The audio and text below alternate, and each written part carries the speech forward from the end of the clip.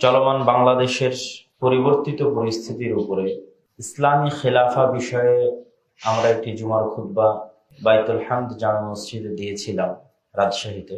তারপর একটি টিভি অনুষ্ঠানেও সে বিষয়ের সাথে সম্পৃক্ত কিছু আলোচনা হয়, কিন্তু আসলে পরিপূর্ণভাবে সকল দিক বিবেচনা করে আজকে এই জুমার খুতবায় ওই আলোচনাগুলোর সারমর্ম এবং তার সাথে আরো সংযুক্ত কিছু বিষয় তুলে ধরার চেষ্টা করব ইনশাআল্লাহ আজিজ। ইসলামের রাষ্ট্র দর্শন, রাষ্ট্রে যখন ব্যাপক পরিবর্তন হয় তখনই আসলে রাষ্ট্র দর্শন আলোচনা করার সুযোগ আসে। আর যখন রাষ্ট্র একটি স্থিতিশীল অবস্থার মধ্যে থাকে তখন আসলে সেখানে এটি আলোচনা করা উলুবনে মুক্ত ছড়ানোর মতো। কিন্তু যেহেতু রাষ্ট্র একটি পরিবর্তিত পরিস্থিতির মধ্যে দিয়ে যাচ্ছে, সেহেতু মানুষের জানা উচিত যে ইসলামের রাষ্ট্রীয় দর্শন কি, ইসলাম রাষ্ট্র কিভাবে পরিচালিত হতে দেখতে চায়।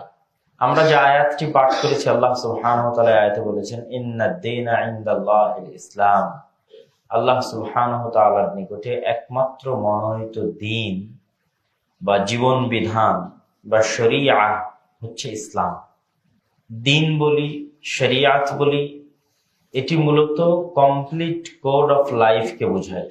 মানুষের জীবনের পরিপূর্ণ রূপের যে নির্দেশনা, সেই নির্দেশনা ইসলামে আছে। ব্যক্তিগত, পারিবারিক, সামাজিক, রাষ্ট্রীয়, অর্থনৈতিক সকল দিকের সমাধান ইসলামে আছে। আল্লাহ সুবহানাহু ওয়া তাআলা আরো বলেছেন ওয়ামান ইয়াবতাগি গায়রাল ইসলামি দীনা, যারা ইসলাম ব্যতীত আর অন্য কোনো কিছুতে সমাধান খুঁজবে তার ব্যক্তি জীবনের, পারিবারিক জীবনের, সামাজিক জীবনের, রাষ্ট্রীয় জীবনের, তাদের পক্ষ থেকে এটি গ্রহণ করা হবে না এবং তারা পরকালে ক্ষতিগ্রস্তদের অন্তর্ভুক্ত হবে। তাহলে অবশ্যই ইসলামের একটি রাষ্ট্রীয় সমাধান আছে, এবং সেটি বাদ দিয়ে যখন আমরা অন্য কোনো থিওরি, অন্য কোনো তন্ত্র মন্ত্রের পিছনে ছুটব, সেটি তাৎক্ষণিক খুব কল্যাণকর, খুব আনন্দদায়ক মনে হতে পারে, দীর্ঘস্থায়ীভাবে সেটিও ব্যর্থ। যেমন আমরা রক্তাক্ত জুলাই বা 5ই আগস্টের গণ অভ্যুত্থান এবং স্বৈরাচারের পতন, এটিকে অনেকেই বলছে বিপ্লব, কিন্তু আসলে এটি বিপ্লব নয়। এটি শুধুমাত্র সরকারের পরিবর্তন এবং সরকারের পতন। যেখানে হাজার হাজার লক্ষ লক্ষ মানুষ রাস্তায় নেমেছিল একটি নির্দিষ্ট স্বৈরাচারের কবল থেকে বাঁচতে, নির্দিষ্ট কোনো আদর্শ রাষ্ট্রে প্রতিষ্ঠা করতে নয়। বিপ্লব তখনই হয় যখন সবাই এক নির্দিষ্ট আদর্শে বিশ্বাসী এবং সেই নির্দিষ্ট আদর্শকে তারা প্রতিষ্ঠা করছে এবং সেটির লক্ষ্যে তারা ব্যাপকভাবে সফল, তখন সেটিকে বিপ্লব বলা যায়। কিন্তু এখানে বামপন্থী আছে, ডানপন্থী আছে, ইসলামপন্থী আছে, খেলাফতপন্থী আছে, হিন্দু আছে, সকল ধর্মবর্ণের মানুষ নির্দিষ্ট কোনো আদর্শ বাস্তবায়নে নয়, নির্দিষ্ট এক স্বৈরাচারের কবল থেকে বাঁচতে। এই জন্য এটি শুধুমাত্র সরকারের পতন, সরকারের পরিবর্তন, বিপ্লব নয়। এই জন্য সংবিধানও এটাই। সংবিধান মেনে রাষ্ট্রপতি বহাল রেখে এখানে শপথ পড়ানো হয়েছে, শপথ বাক্য পাঠ করানো হয়েছে। এবং গণতান্ত্রিক সিস্টেমের বাইরে যাওয়ার কল্পনা এই আধুনিক বিশ্বে, পশ্চিমাদের নিয়ন্ত্রিত বিশ্বে মানুষ কল্পনাও করতে পারে না। আর পশ্চিমাদের জন্য তাদের জন্য তাদের গণতন্ত্র কেন ঠিক সেটিও তুলে ধরবো, কিন্তু আমাদের জন্য তারা গণতন্ত্র কেন চায় সেটি আমাদের জানা দরকার। আমাদের জন্য তারা গণতন্ত্র এই জন্য চায় যে গণতন্ত্র থাকলে ক্ষমতার পালা বদল করার সুযোগ থাকে, আর গণতন্ত্র না থাকলে ক্ষমতার পালা বদল করার সুযোগ থাকে না। তখন রিস্ক হলে পরিবর্তন করা খুব কঠিন হয়। এই জন্য রাজতন্ত্র তারা পছন্দ করে না। যে কথার কথা সৌদি আরবের বর্তমান বাদশাহ যদি তাদের জন্য রিস্ক হয়, তাহলে যেহেতু সেখানে গণতন্ত্র নাই, সেহেতু এটা তাদের জন্য অনেক কঠিন। আর গণতন্ত্র হলে মিডিয়ার কন্ট্রোলের মাধ্যমে, মানুষের ব্রেইনকে ম্যানিপুলেট করার মাধ্যমে, ফেসবুক, ইউটিউব, টুইটারের মাধ্যমে মানুষকে উস্কিয়ে দিয়ে যে কোনো ভাবে একটা সরকার ফেলে দেওয়া যায়। এবং যখনই সরকার পড়ে তখন সেই শূন্যতা পূরণ করার জন্য তারা চলে আসে। এখানে দেখবেন যে এই জুলাই থেকে না আগস্ট পর্যন্ত রাস্তায় থাকা, শহীদ হওয়া, মারা যাওয়া বেশিরভাগই হয়তো ইসলাম মানা বা ইসলামকে ভালোবাসে এরকম মানুষ। কিন্তু তাদের এই কষ্টের ফসলটা কারা নিয়ে গেল? পশ্চিমারা। তাদেরই সরকার, তাদেরই সবকিছু। কেননা এরকম যখন পরিবেশ তৈরি হয় তখন তারা সেখানে ঢুকে পড়ে এবং কিভাবে এই ফসলটা নিজেদের ঘরে নিয়ে যেতে হবে সেটাও তারা খুব ভালোভাবে জানে। তো আমরা যেটা আলোচনা করছিলাম যে গণতন্ত্র ইসলাম প্রতিষ্ঠায় কেন ব্যর্থ। ইসলামিক খেলাফত নাই পৃথিবীতে দীর্ঘ 100 বছর অতিক্রম হয়ে গেছে। এই দীর্ঘ 100 বছরে গণতন্ত্র দিয়ে ইসলাম প্রতিষ্ঠা করার চেষ্টা হয়নি তা বলছি না, বহুবার হয়েছে। এই 100 বছরের অভিজ্ঞতা প্রমাণ করে যে গণতন্ত্র ইসলাম প্রতিষ্ঠায় ব্যর্থ। তার সবচেয়ে বড় কারণ হচ্ছে থিওরি হিসেবে গণতন্ত্র ইসলামের সাথে যায় না। গণতন্ত্রে বলা হচ্ছে জনগণের শাসন প্রতিষ্ঠা করা হবে, কিন্তু আসলে জনগণের শাসন প্রতিষ্ঠিত হয় না, দলীয় শাসন প্রতিষ্ঠিত হয় এবং জনগণের কাছে কোনো চয়েস থাকে না, হয় তাকে এই দল বেছে নিতে হবে, না হলে এই দল বেছে নিতে হবে। তাহলে এখানে কিভাবে জনগণের শাসন প্রতিষ্ঠিত হচ্ছে আমার বুঝে আসে না। যে সংজ্ঞায়িত করা হচ্ছে যে গণতন্ত্র মানে জনগণের দ্বারা জনগণের সরকার, এটা সম্পূর্ণ মিথ্যা কথা। দলের দ্বারা দলের সরকার এবং জনগণের এতটুকুই চয়েস যে সে কোন দলকে বেছে নেবে, এতটুকুই তার চয়েস, তার শাসন করার চয়েস না। যদি সত্যিই জনগণের শাসন হতো তাহলে এটা উপর থেকে নয়, নিচ থেকে আসতো। একটা গ্রামের জনগণ একসাথে বসে সিদ্ধান্ত নিত যে আমাদের গ্রামের ইনি দায়িত্বশীল। সকল গ্রামের যে দায়িত্বশীল নির্ধারিত হবে তারা মিলে সিদ্ধান্ত নিত তার উপজেলার অমুক দায়িত্বশীল। উপজেলার দায়িত্বশীলেরা মিলে বসে সিদ্ধান্ত নিত তার জেলার অমুক দায়িত্বশীল। জেলার দায়িত্বশীলেরা বসে সিদ্ধান্ত নিত তার বিভাগের অমুক দায়িত্বশীল। বিভাগের দায়িত্বশীলেরা বসে সিদ্ধান্ত তার দেশের অমুক দায়িত্বশীল। এই রুট লেভেল থেকে যখন উপর দিকে আসতে থাকবে তখন এটা জনগণের শাসন। এটা ইসলামের শাসন আমি এটা বলতেছি, কিন্তু এটা জনগণের শাসন। আর যখন আপনি উপর থেকে চাপিয়ে দিবেন দুই দলের মধ্যে কোনো এক দলকে বেছে নিতে হবে, তাদের ক্ষমতা, তাদের সাপোর্ট, তাদের জনবল, তখন এখানে আমার এবং আপনার মতো আম জনসাধারণের কিছুই করার থাকে না। গণতন্ত্র আরো একটি কারণে ব্যর্থ, ইসলামের সাথে যায় না। তার সবচেয়ে বড় কারণ হচ্ছে ইসলামে আহলুল হাল্লি ওয়াল আকদ, যোগ্য ব্যক্তিকে ক্ষমতায় নিয়ে আসতে হবে পরামর্শের ভিত্তিতে। আর এখানে বাংলাদেশে পুলিশ হওয়ার জন্য যোগ্যতা লাগবে, আর্মি হওয়ার জন্য যোগ্যতা লাগবে, বিচারপতি হওয়ার জন্য যোগ্যতা লাগবে, ওসিডিসি হওয়ার জন্য যোগ্যতা লাগবে, শুধু মন্ত্রী মিনিস্টার হওয়ার জন্য যোগ্যতা লাগবে। মানে সকল পর্যায়ে আপনি একটা ইউনিভার্সিটির টিচার দিবেন তাও যোগ্যতা লাগবে, স্কুলের টিচার দিবেন তাও যোগ্যতা লাগবে। কিন্তু আপনি দেশের দায়িত্ব নেবেন আপনার কোনো যোগ্যতার শর্ত নেই। যে কেউ রাস্তা থেকে আন্দোলন করে উঠে রাষ্ট্রের নেতা হয়ে যাবে, রাস্তা থেকে পলিটিক্স করে উঠে রাষ্ট্রের দায়িত্ব নিয়ে নেবে। এই জন্য গণতন্ত্রের এই থিওরির সাথে ইসলাম যায় না। ইসলাম চায় যোগ্য ব্যক্তি ক্ষমতায় আসুক। এই জন্য ক্ষমতার দ্বন্দ্ব তৈরি হওয়া ইসলাম চায় না। কেন? গণতন্ত্র হচ্ছে আপনাকে দায়িত্ব চেয়ে নিতে হবে। দায়িত্ব যখন চেয়ে নেবেন তখন অবশ্যই সেখানে গ্রুপিং তৈরি হবে, ক্ষমতার দ্বন্দ্ব তৈরি হবে। আর যখন পরামর্শের ভিত্তিতে কাউকে দায়িত্ব দিবেন, সবাই মিলে সিদ্ধান্ত নেবেন যে কে দায়িত্বশীল হবে। ঠিক যেভাবে এখন অন্তর্বর্তীকালীন সরকার গঠিত হয়েছে, অন্তর্বর্তীকালীন সরকারে কাদের ক্ষমতায় দিল, কারা আসলো, আমি এটা বিবেচনা করছি না। কিন্তু যেই পদ্ধতিতে সরকার তৈরি হয়েছে এটা হচ্ছে ইসলামের নির্বাচন পদ্ধতি, ইসলামের রাষ্ট্র পরিচালনা নির্বাচন পদ্ধতি। যে 3 সেনাবাহিনীর প্রধান, বিভিন্ন দলের নেতা, ছাত্র আন্দোলনের নেতা, তারা এক জায়গায় বসে সিদ্ধান্ত নিচ্ছে, পরামর্শ করছে আমরা কাকে রাষ্ট্রনেতা করতে পারি, সবচেয়ে যোগ্য ব্যক্তিকে। এটাই হচ্ছে ইসলামের রাষ্ট্র নেতা নির্ধারণের পদ্ধতি। এবং এই সিস্টেমে যতবার রাষ্ট্রের নেতা নির্ধারিত হবে ততবার অন্য যে কোনো গণতান্ত্রিক সময়ের চেয়ে দেশে শান্তি, শৃঙ্খলা, নিরাপত্তা বেশি বজায় থাকবে, গ্রুপিং কম হবে, যোগ্য ব্যক্তি ক্ষমতায় আসবে এবং যোগ্য ব্যক্তি দেশের দায়িত্ব নেবে। আমি জানি না কেন এইভাবে রাষ্ট্র ফর্ম হওয়ার পর আবার বারবার বলা হচ্ছে গণতন্ত্রের মাধ্যমে আমরা জনগণের কাছে ক্ষমতা হস্তান্তর করবো। এটা তো ভুয়া কথা। গণতন্ত্রের মাধ্যমে আমরা মারামারি এবং গন্ডগোল তৈরির জন্য, দুই সাপে কুমিরে এবং কি বলার নাম বেজিতে গন্ডগোল লাগানোর জন্য আমরা আবার অগ্নিগর্ভ তৈরি করার জন্য ক্ষমতা হস্তান্তর হওয়া উচিত কি দেশের সবচেয়ে জ্ঞানীগুণী মানুষ মিলে একটা কাউন্সিল থাকবে, তারা পরামর্শ করে ঠিক আছে আপনি এখন পারছেন না, তার পরবর্তী ক্ষমতায় কে আসলো তাকে আমরা পরামর্শের ভিত্তিতে নির্ধারণ করব, ঠিক যেভাবে এখন হয়েছে, যে বিষয়ে আমরা প্রস্তাবনা দিব।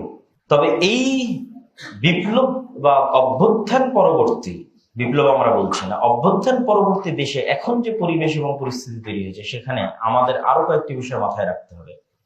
যেহেতু বেশিরভাগ ক্ষমতায় যারা আছে তারা এনজিও শক্তি এবং পশ্চিমা সাপোর্টেড, সেহেতু এটা আশাই করা যায় যে তারা হয়তো দেশের ন্যায় নীতি ভালো করবে, অর্থনৈতিক উন্নয়ন ভালো করবে, কিন্তু যে জায়গাটা সবচেয়ে আশঙ্কা সেটি হচ্ছে সেকুলারিজম, সেটি হচ্ছে লিবারালিজম।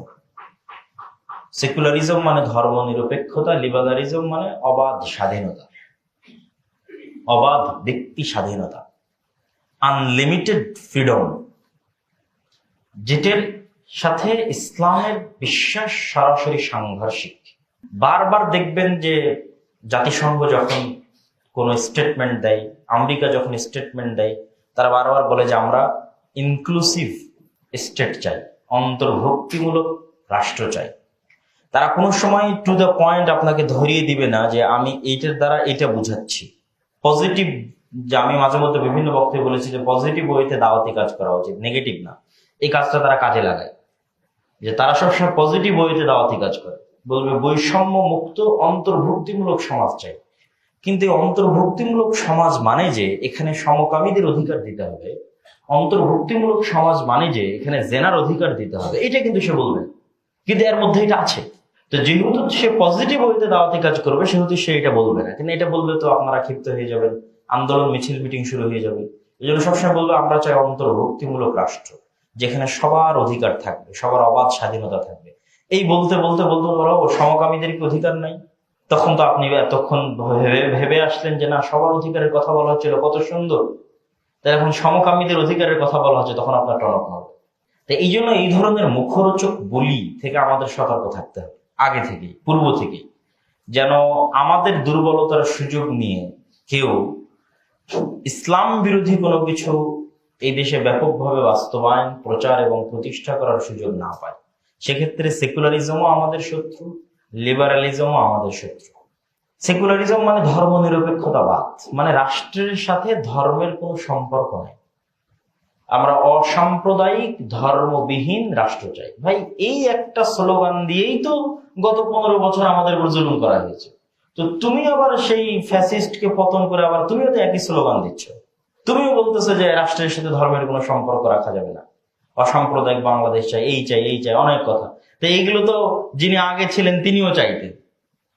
তিনিও তো সবসময় সেকুলারিজমের দাস দিয়ে আয়না ঘর তৈরি করেছে। তাহলে মূল কালপ্রিট কে? মূল কালপ্রিট 15 বছর যারা শাসন করলো তারা, না যে আদর্শ, যে সেকুলারিজমে বিশ্বাস করে তারা শাসন করেছে সেটা? সেকুলারিজম মূল কালপ্রিট। সেকুলারিজমে আয়না ঘর তৈরি করেছে, সেকুলারিজমে শত শত মানুষকে গুম করেছে। এটা বলতে পারতে হবে, এটা আমাদের আওয়াজ, এটা আমাদের উঠাতে হবে, বলতে হবে। অতএব তুমি আবার আজকে নতুন করে ওই একই দাস আমাদেরকে দিচ্ছ যে আমি এটা করব, এটা করব, এটা করব, এটা তো হবে না। অবশ্যই রাষ্ট্রের সাথে ইসলামের সম্পর্ক রয়েছে, যেটা আমরা যেই বাক্য দিয়ে আলোচনা শুরু করেছি যে ইন্না দীনা ইনদাল্লাহিল ইসলাম ওয়া মান ইয়াবতাগি গায়রাল ইসলামি দীনা, যে আল্লাহ সুবহানাহু ওয়া তাআলার নিকটে কমপ্লিট কোড অফ লাইফ হচ্ছে ইসলাম। রাষ্ট্রের সকল সমস্যার সমাধান ইসলামে আছে। তো যে বিষয়টা আমরা তুলে ধরতে চাচ্ছিলাম, যে যদিও হয়তো আমার কথা কিছু অগোছালো হতে পারে, তো তারপর প্রতিটা পয়েন্ট টাচ করার চেষ্টা করব। যে ডেমোক্রেসি কেন পাশ্চাত্য বিশ্বে তাদের জন্য স্যুট করে, সফল, আর কেন আমাদের জন্য ব্যর্থ। প্রথম কথা, যেহেতু তারা সুপার পাওয়ার, সেহেতু তাদের উপর ইনফ্লুয়েন্স করার কেউ নাই।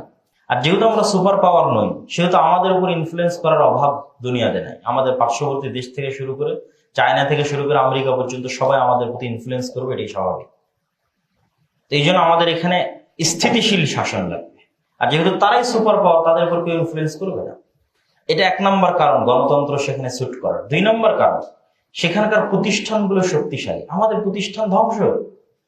এই সমস্ত দেশে, ভারত, পাকিস্তান, বাংলাদেশে প্রতিষ্ঠান চলে না। এই গণতান্ত্রিক পালা পট পরিবর্তনের কারণে এই প্রতিষ্ঠানগুলো চলে না, এই ভারত, পাকিস্তান, বাংলাদেশের মতো দেশে। আর এই গত 15 বছরের পর তো প্রতিষ্ঠান সম্পূর্ণ নাই হয়ে গেছে। যেমন পুলিশ বাহিনীর কথা যদি বলেন, নাই, এই প্রতিষ্ঠানটা এখন নাই, অস্তিত্বহীন। অথচ এই পুলিশ বাহিনী ইংল্যান্ডে সবচেয়ে শক্তিশালী, আমেরিকাতে সবচেয়ে শক্তিশালী। ক্ষমতায় ডোনাল্ড ট্রাম্প কি ক্ষমতায় বাইডেন, পুলিশ বাহিনীর কাছে এটা দেখার বিষয় নয়। সে তার মতো তার কার্যক্রম সে চালিয়ে যাবে। বিচার বিভাগ স্বাধীন, ওই প্রতিষ্ঠান মজবুত, কে ক্ষমতা এটা দেখার বিষয় নয়, তার মতো সে কাজ করে, ফাংশন হয়। কিন্তু আমাদের মতো দেশগুলোতে এই সমস্ত বড় বড় প্রতিষ্ঠানগুলো ধ্বংস হয়ে গেছে। এই সমস্ত ধ্বংসশীল প্রতিষ্ঠানের উপর দাঁড়িয়ে গণতন্ত্র চলে না, বরং দেশে অস্থিতিশীলতা বিরাজ করবে, এবং রাজনৈতিক অস্থিতিশীলতার কারণে অর্থনৈতিক অস্থিতিশীলতা তৈরি হবে। এখানে আরো একটি বিষয় আমাদের মাথায় রাখতে হবে, সেটি হচ্ছে আমরা তাহলে কি করতে পারি, বা ইসলামী খেলাফা তাহলে কিভাবে প্রতিষ্ঠিত হতে পারে। তার আগে আরেকটু কথা বলে নেই যে ইসলামী খেলাফা বলতে আমরা কি বুঝাই, ইসলামী রাষ্ট্র দর্শন বলতে কি। ইসলামের রাষ্ট্র দর্শনের ছোট্ট কয়েকটা মূলনীতি আছে, যা আমি এর আগের বক্তব্যগুলোতে বিস্তারিত স্পষ্ট করেছি দলিল সহ। সংক্ষিপ্ত যদি বলি, তাহলে ইসলামের রাষ্ট্রীয় দর্শন হচ্ছে ক্ষমতার চিরন্তন চিরস্থায়ী মালিকানা একমাত্র আল্লাহ, বাকি সবাই যারা আসবে আর ক্ষণস্থায়ী ক্ষমতার মালিক, কেউ চিরস্থায়ী নয়।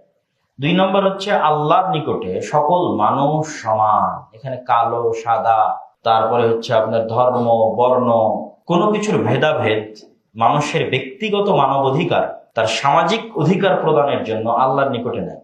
সবাই আল্লাহ সুবহানাহু ওয়া তাআলার নিকটে সমান, মানে এটি ইসলামী রাষ্ট্রের কাছে, মুসলিম রাষ্ট্রের কাছে তার সকল নাগরিক সমান তার ন্যূনতম অধিকার পাওয়ার জন্য।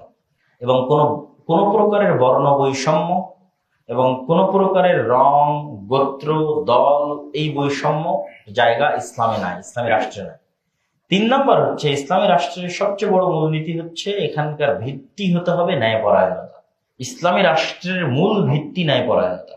আমরা অনেকেই মনে করি যে এই মোহাম্মদপুরের সব মানুষ 5 ওয়াক্ত সালাত আদায় করলেই মনে হয় ইসলামী রাষ্ট্র হয়ে গেল, মোহাম্মদপুরের সব মেয়েরা বোরখা পরলেই হয়তো ইসলামী রাষ্ট্র হয়ে গেল। জি না, এই মোহাম্মদপুরের সব মানুষ যদি 5 ওয়াক্ত সালাত আদায় করে আর সব মেয়ে যদি বোরখা পরে, কিন্তু এখানে যদি ন্যায়পরায়ণতা না থাকে, অন্যায় হয়, মানুষের অধিকারের সাথে ছিনিমিনি খেলা হয়, মানুষের প্রতি জুলুম করা হয়, মানুষের ধন সম্পদ অন্যায়ভাবে ভক্ষণ করা হয়, যে জায়গার যোগ্য তাকে সেই জায়গায় দায়িত্ব দেওয়া না হয়, টাকার বিনিময়ে, আত্মীয় স্বজনের বিনিময়ে যদি মানুষ চাকরি পেয়ে যায়, যোগ্যতার বিনিময়ে নয়, তাহলে কোশ্চিনকালে এটা ইসলামী রাষ্ট্র নয়। আল্লাহ সুবহানাহু ওয়া তাআলা পুরো পৃথিবী পরিচালনা করছেন একটাই মাত্র মূলনীতি দিয়ে, যে তিনি ন্যায়পরায়ণ, আর ন্যায়পরায়ণতা তিনি বাস্তবায়ন করবেন। এবং এটা তার ওয়াদা যে পৃথিবী সৃষ্টির শুরু থেকে নিয়ে কিয়ামত পর্যন্ত plus plus plus minus minus minus হতেই থাকবে। যেমন হয়তো গত 15 বছর যাদের উপর জুলুম হয়েছে তাদের খাতায় আছে মাইনাস মাইনাস মাইনাস মাইনাস, আর যারা টাকা পয়সা লুট করে নিয়ে গেছে plus plus plus plus plus. এই প্লাস মাইনাসকে যতক্ষণ আল্লাহ জিরো না করবেন ততক্ষণ তিনি আল্লাহই নন, এটা তার দাবি। তিনি এটাকে কিয়ামতের মাঠে টোটাল জিরো করবেন, চুল পরিমাণ প্লাস মাইনাস থাকবে না। যে যার যতটুকু পাওনা ততটুকু তিনি তাকে বুঝিয়ে দিবেন। এই জন্য তিনি প্রতিপালক রব্বুল আলামিন, এটা তিনি কিয়ামতের মাঠে করবেন। তাহলে কি বোঝা গেল? আল্লাহ সুবহানাহু ওয়া তাআলার কাছে সবচেয়ে বড় মূলনীতি হচ্ছে তিনি ন্যায়পরায়ণ। তিনি তার সাথে সম্পৃক্ত সকল গুনাহ ক্ষমা করবেন, কিন্তু মানুষের সাথে সম্পৃক্ত গুনাহ ক্ষমা করবেন না কেন? তার ন্যায়পরায়ণতার ত্রুটি আসতে পারে এই জন্য।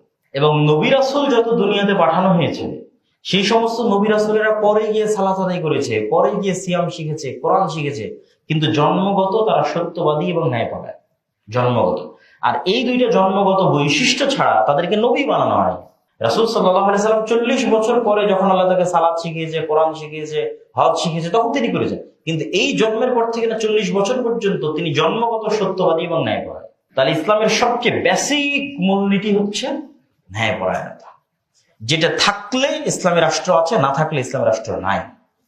এবং আমাদের সবচেয়ে বড় সমস্যা হচ্ছে ন্যায়পরায়ণতা আমাদের না মসজিদে আছে, না মাদ্রাসায় আছে, না আমাদের ইসলামী দলগুলোতে আছে, না সংগঠনগুলোতে আছে। এই জন্য আমরা ইসলামী রাষ্ট্র প্রতিষ্ঠার যোগ্য নই। ইসলামী রাষ্ট্র প্রতিষ্ঠার যোগ্য হতে হলে সর্বাগ্রে আমাদের যে ছোট্ট ছোট্ট প্রতিষ্ঠানগুলো আছে, মসজিদ একটা প্রতিষ্ঠান, মাদ্রাসা একটা প্রতিষ্ঠান, দল একটা প্রতিষ্ঠান, এগুলোতে বেসিক মূলনীতি বাস্তবায়ন করতে হবে ন্যায়পরায়ণতা। যে আপনার বেশি চামচামি করবে তাকে আপনি পদ দিয়ে দিবেন, যতই ইসলামী দল হোক, তাহলে তখন ন্যায়পরায়ণতা থাকলো না। যতই সালাত আদায় করে ন্যায়পরায়ণতা থাকলো, তাহলে আপনি ইসলামী রাষ্ট্র পালনের যোগ্য নন, প্রতিষ্ঠার যোগ্য নন। চতুর্থ বেসিক মূলনীতি হচ্ছে ইসলামে মানুষের জীবনের হেফাজত সকল বিধি বিধান নিয়ম নীতির ঊর্ধ্বে। সকল হালাল হারাম হয়ে যেতে পারে, সকল হারাম হালাল হয়ে যেতে পারে মানুষের জীবন বাঁচাতে। মানুষের জীবন বাঁচানোর ঊর্ধ্বে ইসলামে কোনো হুকুম নাই আল্লাহ সুবহানাহু ওয়া তাআলার পক্ষ থেকে, এর উপরে কোনো হুকুম নাই। শুকরের গোশত খাওয়া হারাম, জীবন বাঁচানোর জন্য যদি কেউ খেয়ে নেয় তার জন্য গুনাহ হবে। কেন? ইসলামের সকল ফরজের উপরের ফরজ, বড় ফরজ হচ্ছে লাইফ সেভিং, জীবন বাঁচানো। এটা হচ্ছে আপনি যখন দেখবেন একটা ইসলামী রাষ্ট্র প্রতিষ্ঠা হয়েছে, তখন সবচেয়ে যে সেফটিটা প্রতিষ্ঠা হবে সেটা হচ্ছে প্রত্যেকটা নাগরিকের জীবনের নিরাপত্তা প্রতিষ্ঠা। ইসলামী রাষ্ট্র যে কতটা স্বর্ণ, কতটা মহান, কতটা কল্যাণমূলক, তা আমরা তো আমাদের জীবনে দেখতে পেলাম না, দেখতে পাচ্ছি না। কিন্তু অতীতের ইতিহাস যদি ঘেটে দেখেন, এগুলো কিসের গণতন্ত্র? এরকম হাজার গণতান্ত্রিক রাষ্ট্র, লক্ষ সমাজতান্ত্রিক রাষ্ট্র, লক্ষ ধর্মনিরপেক্ষতাবাদী রাষ্ট্র, একজন মানুষকে, মুসলমানকে আমি বলিনি, একজন হিন্দুকে, একজন বৌদ্ধকে, একজন খ্রিস্টানকে যেই পরিমাণ অর্থনৈতিক অধিকার, যেই পরিমাণ মানবিক অধিকার দিতে পারবে, ইসলামী খেলাফা বা ইসলামী রাষ্ট্র প্রতিষ্ঠা হলে তার চেয়ে হাজার গুণ, লক্ষ গুণ, শত গুণ বেশি প্রত্যেক মানুষের মানবিক অধিকার, অর্থনৈতিক অধিকার, জীবনের অধিকার নিশ্চিত হবে এবং সুরক্ষিত হবে। এই মূলনীতিগুলো ইসলামের মধ্যে আছে, দেওয়া আছে যে কিভাবে ইসলামী রাষ্ট্র প্রতিষ্ঠিত হবে, পরিচালিত হবে। কিন্তু এখন আমাদের প্রশ্ন আসতে পারে যে এই জিনিসগুলো তো আমরা বুঝলাম যে ইসলামী রাষ্ট্র অনেক সুন্দর, সেখানে ন্যায় নীতি থাকবে, জীবনের সুরক্ষা থাকবে, এগুলোই সবচেয়ে টপ প্রায়োরিটি পাবে। এবং ইসলামী রাষ্ট্র হচ্ছে একটি কল্যাণমূলক রাষ্ট্র, যেখানে অন্ন, বস্ত্র, বাসস্থান, থাকার জায়গা, কাপড়ের ব্যবস্থা, চিকিৎসার ব্যবস্থা, শিক্ষার ব্যবস্থা, এগুলোর মূল জিম্মেদার রাষ্ট্র। একটা কুকুরও যদি না খেয়ে মারা যায় তাহলে এর জন্য দায়ী থাকবে রাষ্ট্রের দায়িত্বশীল, এবং এই ভয়ে সে তটস্থ থাকবে, যেমন ওমর ইবনুল খাত্তাব তটস্থ থাকবে। কোন নাগরিক গৃহহীন অবস্থায় যদি থাকে 1 সেকেন্ডের জন্য, এর জন্য দায়ী রাষ্ট্র। ইসলামী রাষ্ট্র একটি কল্যাণমূলক রাষ্ট্র ব্যবস্থা, যেই কল্যাণটা শুধু মুসলমানের জন্য নয়, পৃথিবীর সকল মানুষের জন্য। এর চেয়ে বেস্ট রাষ্ট্র পরিচালনার থিওরি পৃথিবীতে কোনোদিন আসেনি, ভবিষ্যতে কোনোদিন আসবে না। চলমান আমেরিকা এবং ইংল্যান্ডেও যদি ইসলামী খেলাফার সিস্টেম বাস্তবায়ন করা হয়, ইংল্যান্ড এবং আমেরিকার মানুষেরা বেশি আরামে, বেশি শান্তিতে, বেশি নিরাপদে থাকবে এখন তারা যে শান্তিতে, যে নিরাপদে, যে আরামে আছে। কেননা তাদের ইংল্যান্ড এবং আমেরিকায় যারা বসবাস করে তাদের সবচেয়ে বড় ধোকার জায়গাটা তুলে ধরুন। অনেক ইসলামী রাষ্ট্র সেখানে বাস্তবায়ন হলে অনেক পরিবর্তন আসবে, কিন্তু সবচেয়ে বড় পরিবর্তন কি আসবে সেটা একটু বলি। ধরেন আজকে ইংল্যান্ডের যে নাগরিক, আমেরিকার যে নাগরিক, তারা পৃথিবীর সবচেয়ে উন্নত রাষ্ট্র ব্যবস্থায় বসবাস করছে, তাদের জীবনের অধিকার আছে, শিক্ষার অধিকার আছে, চিকিৎসার অধিকার আছে। কিন্তু একটা জায়গায় তাদেরকে গোলাম বানিয়ে রাখা আছে। এই গোলামি থেকেও তারা মুক্তি পাবে যদি ওখানে ইসলামী রাষ্ট্র প্রতিষ্ঠা হয়। সেটা হচ্ছে অর্থনৈতিক গোলামি, সেটা হচ্ছে সুদী অর্থনীতি, সবচেয়ে ভয়ঙ্কর অর্থনীতি পৃথিবীর। মানুষকে গোলাম বানায়। আপনি সারা জীবন চাকরি করেও একটা নিজের টাকা দিয়ে একটা বাড়ি কিনতে পারবেন না, আপনাকে সরকারের কাছ থেকে লোন নিয়ে বাড়ি কিনতে হবে। এটা হচ্ছে আমেরিকা এবং ইংল্যান্ডের সবচেয়ে বড় বাস্তবতা, সেটা হচ্ছে অর্থনৈতিক গোলামি। বাহ্যিকভাবে মনে হচ্ছে আপনি খুব স্বাধীন আছেন, বাট আপনি ইকোনমিক্যালি একজন গোলাম, দাস। এই অর্থনৈতিক গোলামি থেকেও ইংল্যান্ড এবং আমেরিকার মানুষ মুক্তি পাবে যদি তারা তাদের দেশে ইসলামী রাষ্ট্র বাস্তবায়ন করে।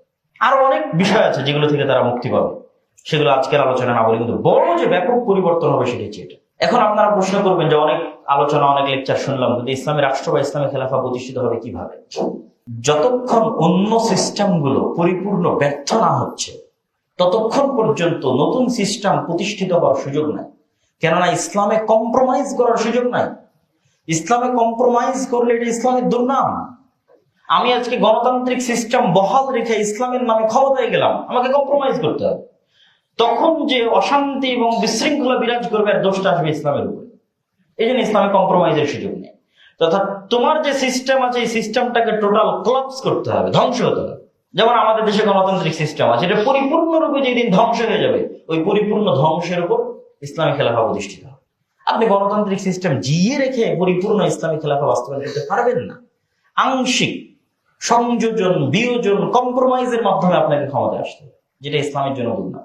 তাহলে আপনি কি বলবেন যে না, আমরা তাহলে এখন জোরপূর্বক সেই সিস্টেমকে ধ্বংস করে দিই? সেটিও ইসলাম চায় না। আল্লাহ সুবহানাহু ওয়া তাআলার তাকদীরের লিখনে এবং পরিবেশ পরিস্থিতির কারণে যদি ধ্বংস হয়ে যায়, সেটি আল্লাহ সুবহানাহু ওয়া তাআলার ইচ্ছা, সেটি আমাদের জন্য অপরচুনিটি, সুযোগ। কিন্তু আমরা জোর করে ধ্বংস করতে গেলে ওই যে জীবনের হেফাজত, মানুষের জীবনের হেফাজত ইসলামে 1 নাম্বার টপ প্রায়োরিটি। আপনি আজকে একটা পুলিশকে মারতে যাবেন, তাহলে একটা আর্মিকে মারতে যাবেন, সবাই মুসলিম, তারা পাল্টা আপনাকে মারতে আসবে, আপনিও মুসলিম। তাহলে আপনাকে পরিবেশ তৈরি করতে হবে, আপনার প্রস্তুতি থাকতে হবে, ন্যায়পরায়ণতা, ন্যায় নিষ্ঠা, ইনসাফ নিজেদের মধ্যে বাস্তবায়নের মাধ্যমে। এটা হচ্ছে 1 নাম্বার প্রস্তুতি। নিজেদের মধ্যে বাস্তবায়নের মাধ্যমে ইসলামী রাষ্ট্র কোনোদিন প্রতিষ্ঠা হওয়ার সুযোগ আসলে যেন আপনারা বাস্তবায়ন করতে পারে। সুযোগ আসবে কখন? যখন সিস্টেম কোলাপস হবে। সিস্টেমকে কোলাপস হতে দিবে না কে? যতদিন আমাদের পাশ্চাত্য গডফাদাররা আছে, ওরা সিস্টেম কোলাপস হতে দিবে না। গণতন্ত্র পরিপূর্ণ ধ্বংস হোক এটা তারা চায় না, কেন তারা জানে গণতন্ত্র পরিপূর্ণ ধ্বংস হয়ে গেলে এখানে আর একমাত্র থিওরি যেটা এই দেশ পরিচালনা করবে সেটা খেলাফত। যেমনটা আফগানিস্তানে সংগঠিত হয়েছে। আফগানিস্তানের সিস্টেম ধ্বংস হয়ে গেছে, যেহেতু এখানে টানা 40 বছর থেকে যুদ্ধ চলতেছে। রাশিয়ার সাথে যুদ্ধ হয়েছে, আমেরিকার সাথে যুদ্ধ হয়েছে, মানে সেখানে কোনো সিস্টেম এক্সিস্ট করে না, ব্যর্থ। তো যখন সিস্টেম ব্যর্থ, সেখানে আমার একটা প্যারালাল, আমার একটা নীতি আছে, প্যারালাল একটা ক্ষমতা আছে, অটোমেটিক ওই ব্যর্থ সিস্টেমে আমি সরকার, এবং সেটা কোনো কম্প্রোমাইজ ছাড়া পূর্ণাঙ্গ উত্থান, ইসলামী ক্ষমতার এবং রাষ্ট্রের পূর্ণাঙ্গ উত্থান। এই এই যে অতীতের যে সরকার ছিল, এই সরকার যে পরিবেশ নিয়ে গেছিল এই দেশকে, এই পরিবেশ আর কিছুদিন চললে এখানে সিস্টেম কোলাপস হয়ে যেত, এখানে বাইরের প্রতিবেশী দেশ সংযুক্ত হয়ে যেত। তখন তখন হয়তো এখানে 5-10 বছরের একটা গৃহযুদ্ধ হতো, কিন্তু ওই গৃহযুদ্ধের পরে এখানে ইসলামী খেলাফার উত্থান ঘটতে পারত। কেননা পরিপূর্ণ কোলাপসের উপর ভিত্তি করে পরিপূর্ণ ইসলামের উত্থান সম্ভব, আংশিক কোলাপসের উপর ভিত্তি করে আংশিক ইসলাম দিয়ে ইসলামের দুর্নাম। কিন্তু এটা আমেরিকাই কখনো চায় না যে এভাবে ধ্বংস হয়ে যাবে। তখন তারা সেখানে ইন্টার করে, ঢোকে আবার ওই আগের সিস্টেমটাকে বহাল রাখে। যেমন এখন আগের সিস্টেম বহাল হয়ে গেছে। আপনি হয়তো মনে করছেন যে যার চেহারা দেখতাম, যার প্রতি খুব রাগ, তাকে তো বিতাড়িত করে দিয়েছি, কিন্তু সিস্টেমটা ওটাই, এবং সিস্টেম ওটাই থাকবে। আমরা এখন পর্যন্ত ওই ব্রিটিশ আইনে শাসিত হচ্ছি, যে ব্রিটিশদের বিরুদ্ধে আমাদের পূর্বপুরুষেরা 190 বছর যুদ্ধ করেছে। ভাই, আমাদের দ্বারা 15 বছর সহ্য করতে পারিনি আমরা। আপনি কল্পনা করেন যে আমাদের বাপদাদারা 190 বছর ব্রিটিশদের অধীনে গোলামি করেছে এবং তাদের বিরুদ্ধে জেহাদ করেছে, তাহলে কত বেশি সবর এবং ধৈর্য তাদের ছিল। কিন্তু ওই 190 বছরের জেহাদ এবং 190 বছরের ব্রিটিশ বিরোধী রক্তাক্ত আন্দোলন, সশস্ত্র আন্দোলন যখন দেখলো দ্বিতীয় বিশ্বযুদ্ধের পরে, ইংল্যান্ড যখন দেখলো যে এই সমস্ত দেশ আর তার কাছে হাতে রাখা সম্ভব হচ্ছে না, তখন ওই যে তাদের সিস্টেম যেন ঠিক থাকে, খুব বুদ্ধিমান, উচ্চ মেধা সম্পন্ন, তাদের সিস্টেম ঠিক থাকবে, মানুষ দেখবে ব্রিটিশরা চলে গেছে। তখন তাদের মতোই একদল মানুষকে, ইংরেজি শিক্ষিত সুটেড বুটেড মানুষকে তারা তৈরি করলো, নতুন দল বানানোর সুযোগ দিল, কংগ্রেস বানাও, মুসলিম লীগ বানাও। অথচ এতদিন যারা যুদ্ধ করে আসছিল সশস্ত্র, এরা পর্দার আড়াল হয়ে গেল, লাইমলাইট থেকে বিচ্ছিন্ন হয়ে গেল। তারা নতুন দল তৈরি করার সুযোগ দিল, নতুন দল আসলো, সেগুলোতে তাদের আদর্শে আদর্শিত একদল মানুষ তাদের সিস্টেমের উপর ক্ষমতা দখল করলো। মানে ইন্ডিয়ান আর্মির প্রধান ব্রিটিশ, পাকিস্তান আর্মির প্রধান ব্রিটিশ, ঢাকা কলকাতা আলিয়া মাদ্রাসার প্রধান ব্রিটিশ। সেইটার পরে ওইটার উপরে পাকিস্তান আর্মি প্রতিষ্ঠিত হয়েছে, ইন্ডিয়ান আর্মি প্রতিষ্ঠিত হয়েছে। এখানে পরিপূর্ণ সিস্টেম পরিবর্তন হয়নি, সম্পূর্ণ সিস্টেম ওটাই ছিল, শুধু ব্রিটিশরা চলে গেছে। ওই আর্মিতে জাস্ট ব্রিটিশ সেনাপতির জায়গায় একজন মুসলিম সেনাপতি নিযুক্ত হয়েছে, কিন্তু আর্মির যে নিয়ম কানুন, দাড়ি কাটা যাবে না, অমুক করা যাবে না, তমুক করা যাবে না, সবই থেকে গেছে। এখানে তো পরিপূর্ণ বিপ্লব আসেনি, এবং এটা তারা হতে দেয়নি। ওই একই নিয়মের মধ্যে আমরা আজও শাসিত হচ্ছি। 1947 থেকে যদি আজ 70-80 বছর হয়, আর 1971 থেকে যদি 50 বছর হয়, এবং এখন এই 15 বছরের ফ্যাসিবাদের পতনের পর আবার যে নতুন বাংলাদেশ, ওই একই সিস্টেম, একই নিয়ম। আপনি যে কোনো আইনের শুরুতে যান, সামাজিক আইন বলেন, যে কোনো আইন বলেন, পুলিশ আইন বলেন, শুরু হবে ব্রিটিশ 1870, 1860। যারা সমাজ বিজ্ঞান পড়েছে, ইতিহাস পড়েছে, তারা খুঁজলেই দেখতে পাবে, দেশের সংবিধান পড়েছে, খুঁজলেই দেখতে পাবে। তাহলে আমার বিচার বিভাগের সিস্টেম কি? ব্রিটিশ। আমার শিক্ষানীতির সিস্টেম কি? ব্রিটিশ। আমার সেনাবাহিনীর সিস্টেম কি? ব্রিটিশ। এটা ব্রিটিশ সেনাবাহিনীর একটা খণ্ডিত অংশ। ইন্ডিয়ান আর্মি, পাকিস্তান আর্মি আর বাংলাদেশ আর্মি সবগুলোই ব্রিটিশ সেনাবাহিনীর পরবর্তী রেখে অখণ্ডিত অংশ। তাহলে এই তিনটা দেশে এখন পর্যন্ত পরিচালিত হচ্ছে ব্রিটিশ রুলস অনুযায়ী। সেখানে যখন আমরা ইসলামের কথা বলি, তখন বলা হয় না, এই দেশে তো হিন্দু আছে, বৌদ্ধ আছে, পাহাড়ি আছে, এখানে কেন ইসলাম? ইসলামে যেই পরিমাণ তারা নিরাপদ থাকবে, সেটা অন্য জায়গায় থাকবে না। কিন্তু আমার প্রশ্ন হচ্ছে, সেটা বাদ দিলাম, আমার প্রশ্ন হচ্ছে, আমরা কি ব্রিটিশ? আমরা যদি ব্রিটিশ না হয়, তাহলে ব্রিটিশ ল দিয়ে কেন তুমি আমাদের শাসন করবে? তুমি এই পুরো সিস্টেম পরিবর্তন করো। সম্মানিত উপস্থিতি, তো এটা হচ্ছে ইসলামী খেলাফা প্রতিষ্ঠিত হওয়ার একমাত্র যে উপায় হতে পারে, সেটা আল্লাহ তৈরি করবে। আমাদের নিজের হাতে আমরা সেটির জন্য রক্তপাত সংঘটিত করতে পারি না, কেন ইসলামে মানুষের জীবন বাঁচানো, মুসলমানের জীবন বাঁচানো সর্বাগ্রে। কিন্তু তার জন্য আমাদের মধ্যে পূর্ব প্রস্তুতি থাকতে হবে। আল্লাহ সুবহানাহু ওয়া তাআলা চাইলে সেই পরিবেশ আল্লাহ সুবহানাহু ওয়া তাআলা তৈরি করেও দিতে পারে, এটা আল্লাহ সুবহানাহু ওয়া তাআলার ইচ্ছা। কিন্তু কম্প্রোমাইজ করে ক্ষমতায় যাওয়ার সুযোগ এবং ইসলামকে বিকৃত করার সুযোগ নাই। আচ্ছা, এই পরিবর্তিত পরিস্থিতিতে আরেকটি বিষয় টাচ করি। তাহলে আমাদের হাতে এখন সুযোগ কি সংস্কার করার?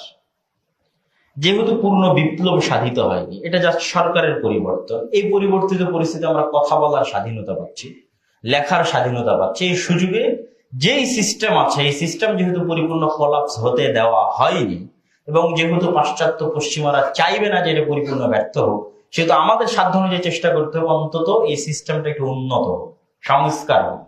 এই উন্নত বা সংস্কারের দুইটা নাম আমি দিয়েছি, শরীয়ত বান্ধব এবং জনবান্ধব।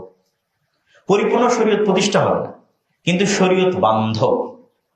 আর জনবান্ধব, জনবান্ধব হওয়ার জন্য আমেরিকা এবং ইংল্যান্ডের যে সিস্টেম আছে সেটা যতটুকু ফলো করা যায় অনেকটাই যথেষ্ট। যেহেতু সুদবিহীন পরিপূর্ণ অর্থনীতি তারা প্রতিষ্ঠা হতে দিবে না, কিন্তু অন্তত ন্যূনতম মানবাধিকার এবং অর্থনৈতিক উন্নতির জন্য তাদের সিস্টেমটাই সর্বোচ্চ। তাহলে আমাদের লাগবে শরীয়ত বান্ধব। শরীয়ত বান্ধবের জন্য আমরা কি করতে পারি? শরীয়ত বান্ধবের জন্য সরাসরি ইসলামের সাথে সাংঘর্ষিক এমন কোনো বিষয় যেন এখানে স্থান না পায়। আপনি পরিপূর্ণ ইসলামী শাসন বাস্তবায়ন করতে পারছেন না, সেটি আপনার সীমাবদ্ধতা এবং ব্যর্থতা। কিন্তু ইসলামের সাথে সাংঘর্ষিক কোনো জিনিস আপনি মুসলমানদের উপর চাপিয়ে দিবেন, এটা হতে পারে। যেমনটা আমরা লিবারেলিজমের আলোচনার সময় করেছি। এটার জন্য আমাদের সচেতন এবং সজাগ থাকতে হবে, এবং ন্যূনতম সংবিধানে লিখিত থাকতে হবে যে এই দেশে ইসলাম বিরোধী কোনো আইন, ইসলামের সাথে সাংঘর্ষিক কোনো আইন এই দেশে বাস্তবায়ন করা যাবে।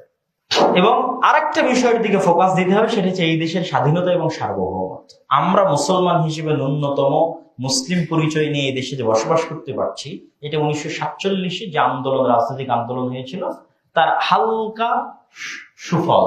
এই দেশের স্বাধীনতা এবং সার্বভৌমত্ব যে 1947 আমরা যে সীমানা পেয়েছিলাম, এটা যদি ধ্বংস হয়ে যায়, স্বাধীনতা সার্বভৌমত্ব না থাকে, যেমনটা গত 15 বছরের নতজানু পররাষ্ট্রনীতির কারণে তৈরি হয়েছিল, তাহলে আমরা সামগ্রিকভাবে ক্ষতির সম্মুখীন হব। যেমন এখন যে বন্যা আমরা দেখলাম, এইরকম বন্যার সময় ডুবে মরা আর গ্রীষ্মকালে পানিবিহীন মরুভূমিতে পরিণত হওয়া, এটা তো বাংলাদেশের স্বাধীনতা এবং সার্বভৌমত্ব না থাকার প্রমাণ বহন করে। যেখানে সারা বিশ্বের আন্তর্জাতিক আইন কর্তৃক স্বীকৃত যে যখনই কোনো নদী দুই দেশের মধ্যে বর্ডার ক্রস করে, উজান থেকে ভাটিতে যায়, তখন এককভাবে উজানের কোনো দেশ ওই নদীতে বাঁধ দিয়ে ভাটির দেশের অনুমতি ছাড়া পানি প্রত্যাহার করতে পারে না। কিন্তু আমাদের সাথে গত 50 বছর থেকে এই জুলুম করা হচ্ছে। পদ্মা নদীকে হত্যা করা হয়েছে, পদ্মা নদীর 50-এর অধিক কাছাকাছি শাখা নদী নিহত হয়েছে, সারা বাংলাদেশে 300-এর অধিক নদীকে হত্যা করা হয়েছে। পদ্মা নদীতে যেমন বাঁধ দেওয়া হয়েছে, তিস্তাতে আমাদের নিকটবর্তী বাঁধের নাম হচ্ছে গজলডোবা, আর এর অতিরিক্ত পাহাড়ের চতুর্দিকে যাওয়া যাবে অসংখ্য বাঁধ আছে। পুরো তিস্তা নদী একটা মৃত মরুভূমিতে পরিণত হয়েছে। তাহলে গ্রীষ্মকালে পানি প্রত্যাহার করে নদীগুলোকে হত্যা করা হচ্ছে, আবার বন্যার সময় যখন পানি বেশি হয়ে যাচ্ছে, ছেড়ে দিচ্ছে, তখন আমার নদীর তো ধারণ ক্ষমতা নাই। যেহেতু শুষ্ক মরুভূমি নদী, বন্যার এত পানি সে ধারণ করবে কিভাবে? তখন কুমিল্লা ফেনীতে যে বন্যা হয়েছে এরকম বন্যা হচ্ছে, সিলেটে যে বন্যা হয়েছে এরকম বন্যা হচ্ছে। বন্যার ক্ষতির পরিমাণ আপনি কল্পনা করতে পারবেন না। এই বন্যার ক্ষতির পরিমাণ কল্পনা করতে পারবেন না। মাজা ভেঙে দেওয়া যেটাকে বলা হয়, ফেনী, কুমিল্লা, নোয়াখালীর মানুষের মাজা ভেঙে দেওয়া হয়েছে অর্থনৈতিকভাবে। এবং আন্তর্জাতিক আইন লঙ্ঘন করা হয়েছে যে আপনি বাঁধ খুলে দেবেন, তার পূর্বে ভাটির দেশকে জানাবেন না, এটা আন্তর্জাতিক আইনের লঙ্ঘন। তাহলে এই দেশের স্বাধীনতা সার্বভৌমত্ব যতক্ষণ শক্তিশালী না হচ্ছে, ততক্ষণ আমি আমার কোনো অধিকারী, রাষ্ট্রীয় কোনো অধিকারী আমি পাবো না। এবং আমাদেরকে ব্যাপক এবং সুদীর্ঘ এক গোলামির মধ্যে জীবনযাপন করতে হবে। এই জন্য আমরা আরেকটি বিষয় এই সংস্কারের সাথে যুক্ত করতে পারি, সেটি হচ্ছে বাংলাদেশের স্বাধীনতা এবং সার্বভৌমত্ব। 1996 সালের পানি বন্টন চুক্তি অনুযায়ী 52টা ভারত এবং বাংলাদেশের মধ্যে যে নদী আছে, তার পানির ন্যায্য হিস্সা অনুযায়ী বন্টন হতে হবে। অথচ 30 বছর পার হয়ে যাচ্ছে, এখন পর্যন্ত আর গঙ্গা বা পদ্মার পানি চুক্তি ছাড়া আর কোনো চুক্তি হয়নি, তিস্তারও হয়নি। শুধু তাই নয়, বাংলাদেশের অভ্যন্তরে যখন বাংলাদেশ পানি সংরক্ষণের জন্য কোনো উদ্যোগ নেয়, সেটা তো ভারত বাধা দেয়। যেমন তিস্তায় বাধা দেওয়া হয়েছে, পাংশা উপজেলায় একটা ব্যারেজ তৈরি করার উদ্যোগ নেওয়া হয়েছিল, সেটা 2016-17 সালে বাধা দিয়ে বন্ধ করে দেয়। অসংখ্য বাধা আছে। তাহলে বাংলাদেশের স্বাধীনতা এবং সার্বভৌমত্ব আর একটি বড় বিষয়। নাহলে এই দেশে আপনার যে বাজার আছে, গার্মেন্টস এর বাজার আছে, এই দেশে আপনার যে অর্থনৈতিক উন্নতির বাজার আছে, এগুলো সব ধ্বংস করে দেওয়া হবে। ব্যবসা প্রতিষ্ঠান, শিল্প প্রতিষ্ঠান ধ্বংস করে দিয়ে পাশে কি বাজারের অভাব আছে? অভাব নাই। ভারত এক বৃহৎ দেশ, চায়না আছে। সুতরাং এই জায়গায় কোনো শিল্প এবং ব্যবসায়িক প্রতিষ্ঠান গড়ে না উঠুক, এটা তারা চাইবে স্থায়ীভাবে দেশকে পরাধীন করে দেওয়ার জন্য। তো এই জিনিসগুলো আমরা সংস্কার করতে পারি, চলমান সরকারের কাছে আমরা সংস্কার হিসেবে চাইতে পারি। এবং ন্যূনতম ইসলামের কাছাকাছি এই সংসদীয় গণতন্ত্রের চাইতে প্রেসিডেন্ট পদ্ধতির যে নির্বাচন, যা সারা বাংলাদেশের মানুষ ভোট দিয়ে একজন প্রেসিডেন্টকে নির্বাচন করবে, তিনি তার ইচ্ছা মতো তার পরিষদ গঠন করবেন, এবং কক্ষ বিশিষ্ট সংসদ থাকবে, যাতে যেহেতু জনগণের নির্বাচনে যারা আসতেছে তারা অযোগ্য আসতেছে, অশিক্ষিত আসতেছে, মূর্খ আসতেছে, কেন দলীয়, আমি যেটা গণতন্ত্রের ব্যর্থতা আগেই তুলে ধরেছি। তো এটাকে কিছুটা কমানো যায় কি, যখন আপার হাউস থাকে, যেখানে দেশের শিক্ষিত জ্ঞানীগুণী মানুষরা ভোটের ভিত্তিতে নয়, তাদের যোগ্যতার ভিত্তিতে আপার হাউজের অন্তর্ভুক্ত হয়। তাহলে অন্তত এইটার যে দুর্বল বা ক্ষতিকর দিক আছে সেটিকে অনেকটাই কমানো যায়। তো এই বিষয়গুলো আমাদের আলোচনার মধ্যে নিয়ে আসতে হবে এবং এই বিষয়গুলো সংস্কারের মধ্যে নিয়ে আসতে হবে। নিয়ে এসে আমরা চাই যে চলমান যে সরকার যারা দায়িত্ব নিয়েছে তারা অন্তত রাষ্ট্রের জন্য কল্যাণকর যে সংস্কারগুলো আছে সেই সংস্কারগুলো তারা করুক। এবং আমি বিশ্বাস করি ব্যক্তিগতভাবে যে অর্থনৈতিক যে সংস্কারগুলো হবে এগুলো ভালোভাবে কল্যাণকর হবে। কিন্তু আমাদের আতঙ্ক এবং আশঙ্কার জায়গা হচ্ছে লিবারেলিজম এবং সেকুলারিজমের নামে আরো হয়তো পরে এখন থেকে কিছু কিছু আওয়াজ পাওয়া যাচ্ছে তারা কিছু এই দেশে অন্তর্ভুক্ত করতে পারে, ইনক্লুসিভ স্টেট, অন্তর্ভুক্তিমূলক রাষ্ট্রের নাম।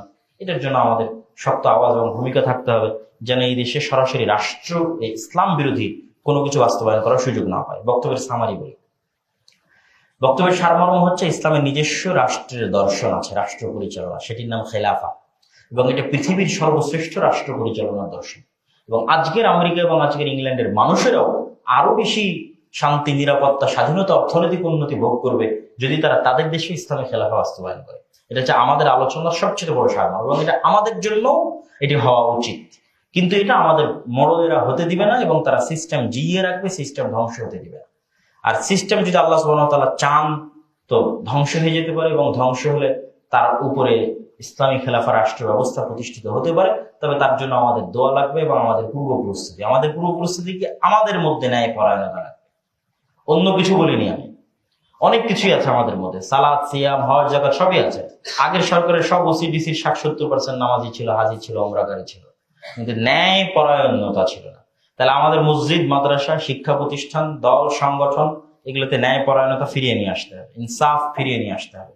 তাহলে আল্লাহ সুবহানাহু ওয়া তাআলা আমাদের উপর দয়া করে তিনি আমাদের দায়িত্ব দিতে পারেন। যেমন আল্লাহ সুবহানাহু ওয়া তাআলার একটা আয়াত পড়ে যদি আজকের বক্তব্য শেষ করতে চাই, ওয়া'আদাল্লাহু আল্লাযীনা আমানু মিনকুম ওয়া আমিলুস সালিহাত, আল্লাহর ওয়াদা যারা ঈমান আনয়ন করে এবং সৎ কাজ করে তাদের জন্য আল্লাহর ওয়াদা, যে লা ইস্তাখলিফান্নাহুম ফিল আরজ, আল্লাহ তাদেরকে পৃথিবীতে রাষ্ট্রীয় ক্ষমতায় অধিষ্ঠিত করবেন।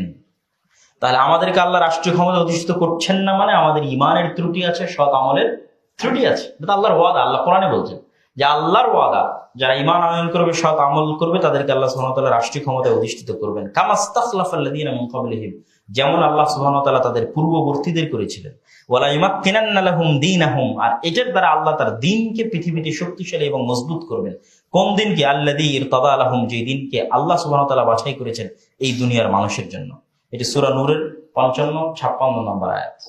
তো এই আয়াতকে সামনে রেখে আমরা বলতে পারি যে আমরা যদি সংশোধন হই, আমরা যদি আমাদের মধ্যে ন্যায় পরায়ণতা প্রতিষ্ঠা করতে পারি। আপনি মনে করছেন ন্যায় পরায়ণতা মানে শুধু দায়িত্বশীল? জি না, পরিবারের মধ্যে ন্যায় পরায়ণতা থাকে। শাশুড়ি এবং বউ পরস্পরের মধ্যে সালাত, সিয়াম, হজ, যাকাত সব ঠিক থাকলেও ন্যায় পরায়ণতা ঠিক থাকে না। বিয়ে হওয়ার পর বাবা এবং সন্তানের মধ্যে সব ঠিক থাকলেও ন্যায় পরায়ণতা ঠিক থাকে না। বাবা মারা যাওয়ার পর ভাই বোনের মধ্যে সব ঠিক থাকলেও ভাই তার বোনকে তার বাবার সম্পত্তিতে ন্যায় অনুযায়ী জমি বন্টন করবে, এটা থাকে না। অথচ অনেক বড় আলহাজ, হাজি, হয়তো ডবল 50 বার 100 বার হয়তো হজ এবং উমরা পালন করেছে, কিন্তু তার বোনকে তার বাপের সম্পত্তিতে ন্যায়ের সাথে, যেখানে দামি জমি ওখানেও ভাগ দিবে, যেটা কম দামি জমি সেখানেও ভাগ দিবে, যেটা বাড়ি দামি বাড়ি সেখানেও ভাগ দিবে, যেটা কম দামি সেখানেও ভাগ দিবে। এই ন্যায় নাই।